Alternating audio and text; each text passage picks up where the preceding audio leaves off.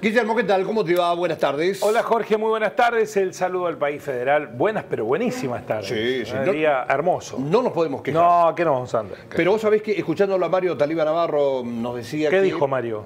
el fin de semana se vienen las lluvias. El sábado, el no, día del amigo. No vamos a poder celebrar como corresponde. Sí, justo que usted me había invitado para una Sí, celebración al aire libre. efectivamente. Sí, voy a tener que cambiar el menú. Del asado pasaremos al no, puchero también está caro. Sí. A la polenta. A la polenta sola. No es demasiado. No, un poquito de queso, poquito. Claro. Poco. Unas hebras de poco queso. Y el más bueno, es una pena que se arruine el fin de semana. Sí, de todos modos yo digo... Lo vamos a festejar igual, ¿no? Está demasiado fresco, pero bueno. Para celebrar afuera... Igual lo vamos a celebrar el Día del Amigo. Sí. A la amistad no lo detiene ninguna tempestad. O sea que es una de las fechas quizás más esperadas por el sector gastronómico, ¿no? Sí, en nuestro país se celebra mucho. Sí, ¿no? sí. Tenemos vocación amiguera y eso nos hace mejores. Y fíjate que no solamente es... No mejores que los demás, mejores personalmente. No estoy comparando con otros. Seguro. Fíjate que no solamente el 20 de julio, sino que días anteriores y también posteriores, porque a veces no hay lugar, no hay espacio, siguen estas juntadas con cenas, almuerzos. Sí, porque además se extiende, es extensivo el Día del Amigo. Porque generalmente a los amigos íntimos los hermanamos, son más hermanos que amigos. Y después los conocidos los hacemos amigos nosotros. Claro. Esa es la categoría. Claro. Habría que encontrarle un término al que es entre amigo y hermano. Claro. ¿no? Porque a los amigos íntimos son nuestros hermanos. Y a los conocidos en general los hacemos amigos. Que no son los amigos del Facebook ni de Instagram. Es otra categoría. Es otra categoría. Pero no nos metamos en esos asuntos. No sé si tiene muchos amigos de la persona que voy a hablar. Entiendo que en el grupo de pertenencia sí. A ver. No sé si en el resto de la Argentina. Vamos a hablar de Luis Caputo, más conocido como Toto Caputo. Bien, no le gusta que le digan Luis. Ajá. Le gusta que le digan Toto. De hecho, en su familiar. Propio Instagram es Toto Caputo. Mirá vos. Bueno, sabemos que es muy amigo de Javier Milei, de eso estamos seguros. O por lo menos eso vamos creemos. a ver. Deja que pase unas semanas y ahí te digo si son tan amigos. Porque tenía un muy amigo que era el jefe de gabinete, ¿se acuerdan? Pose era el más amigo de todos. Sí. Y apareció la jefe y le dijo... Pulgar abajo, no está cumpliendo con los objetivos de Milei. Yo le digo que es muy amigo de Javier Milei. Lo que no sé es si es muy amigo de Karina. Claro.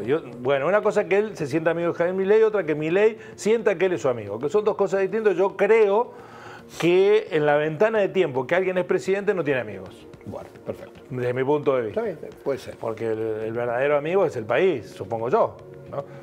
Si vos tenés un íntimo amigo y te traiciona y vos sos presidente y te hace quedar mal como presidente, lo tenés que poner en el freezer por lo menos hasta que deje de ser presidente. Pero bueno, esa es otra teoría. Lo charlamos mañana. Sí, ayer Luis Caputo, el ministro de Economía, voy a mostrarles el tuit para que ustedes mismos lo tomen como referencia. Esta columna va a tener mucha data y poca opinión. Voy a leer exactamente lo que decía. Luis Caputo en el Twitter de abajo, que es el anteúltimo, junio cerró con superávit financiero de 238.189 millones de pesos, sexto mes consecutivo de superávit financiero. A la cotización del dólar blue de hoy, esos 238.189 millones de pesos que tanto entusiasman, son apenas, Jorge, 184 millones de dólares. No es tanta plata. No. Lo pongo en comparación. En lo que va de la semana, el Banco Central perdió de reservas 600 millones de dólares. Con lo cual, lo que se plantea como una virtud se licuó rápidamente, ¿no? Ese superávit financiero de 180 millones de dólares, es festejado por Luis Caputo. Y después agregó: el superávit financiero logrado, además, atendiendo los más vulnerables. En 2023, el déficit fiscal, la emisión monetaria y ajuste bestial en jubilaciones y AUH, Asignación Universal. Eso, último año según Caputo, ¿no? Último año de Alberto Fernández. En 2024, superávit financiero récord y con aumentos reales en jubilaciones y en AUH. Y pone el cuadrito que está abajo, dice jubilación por fórmula para quien no recibe bono entre noviembre del 2023, entre en rigor de verdad. La comparación diciembre del 2022, noviembre del 2023, según Luis Caputo, las jubilaciones perdieron un 30%. Y que ahora, noviembre, en la comparación, noviembre 2023, cuando dejó el gobierno Alberto Fernández, junio 2024, los jubilados, la fórmula les permitió recuperar un 5% el valor de sus haberes. Para la jubilación por fórmula para quien recibe bono, hubo una pérdida en el último año de Alberto Fernández del 17%, mientras que en los 6 primeros meses de Javier Milei la pérdida es del 1% solamente. El haber promedio del sistema, 26% de retroceso, 2% de crecimiento. Según Luis Toto Caputo, además de tener durante 6 meses superávit financiero récord, hay aumentos reales de jubilaciones, que son del 2%. Y por último, la asignación universal por hijo, que perdió un 30% entre diciembre del 2022 y noviembre del 2023, en estos 6 primeros meses del año creció un 93%, según Luis Toto Caputo. Hasta aquí el relato oficial, lo que dice el ministro de Economía, establecido que en junio superávit fiscal 238 mil millones de dólares, de pesos 180 millones de dólares, mejora de en promedio 2% en las jubilaciones, 93% en la asignación universal por hijo. Bueno, vamos a los datos reales, porque ese es el relato ficcional. Tal superávit no existió, porque uno tiene superávit cuando los ingresos mejoran los egresos. Y aquí lo que hizo el gobierno, lo que viene haciendo es una trampita, reduciendo los egresos y no mejorando los ingresos. ¿Se entiende, no? Uno tiene superávit cuando, manteniendo los egresos, obtiene más ingresos. Es decir, la economía crece. Ahora, si uno achica los egresos, reduce lo que gasta, es muy posible que a todos nosotros nos dé superávit.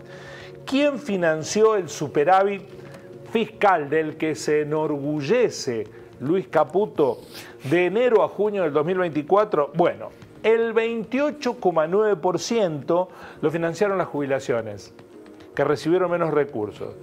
El 21,9% la obra pública. El 10,6% los salarios en general y otro. El 6,5% las transferencias a las provincias. El 9,7% lo aportó las prestaciones sociales. El 16,2% los subsidios.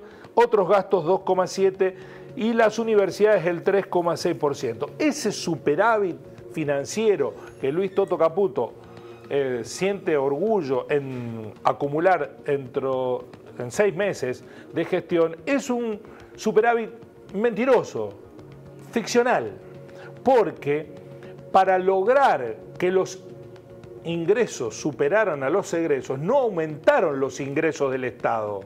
Lo que hicieron es bajar brutalmente los egresos, con lo cual los jubilados aportaron casi el 30% en esa baja de egresos. Eso entrecruzado con el dato de Caputo, que decía que habían mejorado las jubilaciones en promedio un 2%, no cierra por ningún lado. No cierra esa cuenta por ningún lado.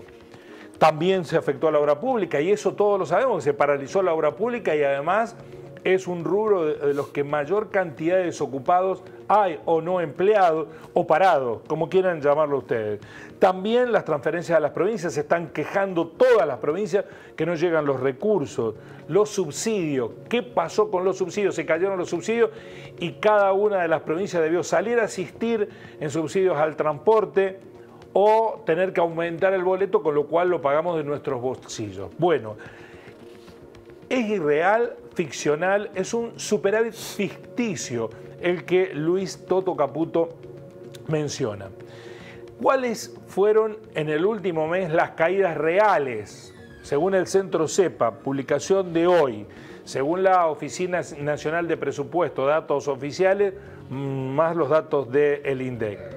Las caídas reales en jubilaciones y pensiones en el mes de junio fueron del 17,8%, en asignaciones un 1,3%, en subsidios a la energía 81,2%. ¿Sabe quién soporta esa caída real de gasto del 81,2% de subsidio de la energía?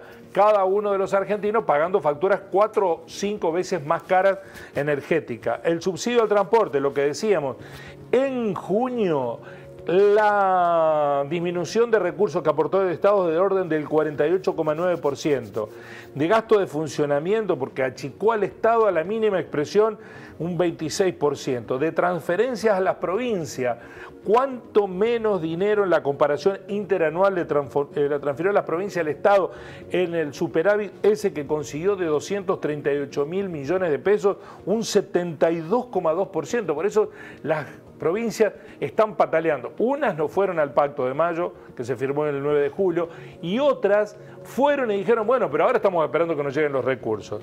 En el caso de las transferencias a las universidades, que siguen en pie de protesta, por más que le mejoraron los recursos, aseguran que las clases del segundo semestre no van a comenzar. Las transferencias a las universidades cayeron un 95,1%, datos de junio, y la obra pública se profundizó su paralización, 74,4%. El gobierno, en acuerdos individuales que firmó con distintas provincias, aseguró que iba a comenzar a retomar la obra pública. Pues no, eso no ocurrió. Lo anunciaron, lo firmaron, le prometieron espejitos de colores a la provincia y la obra pública no comenzó. Son datos que matan el relato. Es ficticio el superávit que otra vez Luis Toto Caputo nos presentó de los números del el manejo de la economía argentina. Si no fuese así, en el supuesto caso que fuera real el superávit, la alarma está encendida incluso en los sectores económicos más pudientes, Jorge, los que tienen dinero. Dice, bueno, pero ¿es real que lo que importa es que no haya superávit del Estado?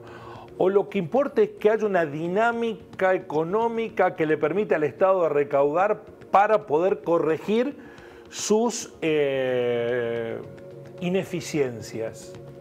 Porque es muy fácil eliminar déficit eliminando financiamiento o dejando de pagar cosas. Está sin pagar lo que las distribuidoras de energía eléctrica se les adeuda. Les han pateado las deudas para adelante.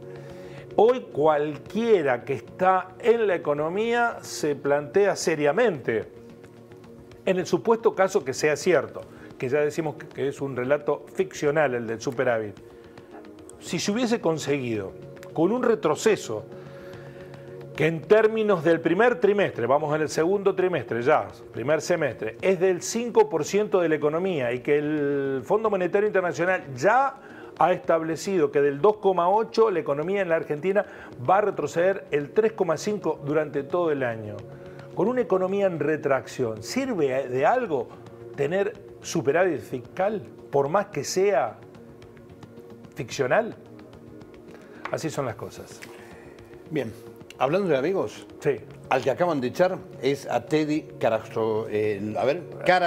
El Karagossian, el empresario textil. Empresario textil, sí, que bueno, dijo que en realidad no veía realmente la política implementada por el gobierno de Dijo Javier ayer en una Milei. entrevista que no veía la recuperación de la economía. Sí, sí, sí, para nada. Es el jefe de asesores, empresario de asesores de Milei. El jefe de asesores lo terminaron echando porque, como dijo esto, bueno, perfecto, no tenían otra cosa que hacer que echarlo, así que, bueno, dejó de ser amigo del gobierno. Efectivamente, porque me parece que está diciendo lo mismo que estamos diciendo nosotros desde hace uno.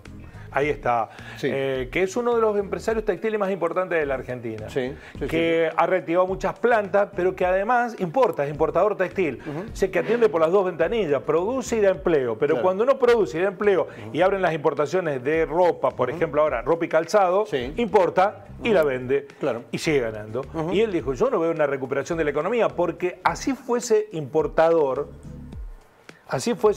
si no tenés mercado para que te compren lo que Sí, importado, ¿qué haces con lo mismo no estás bien.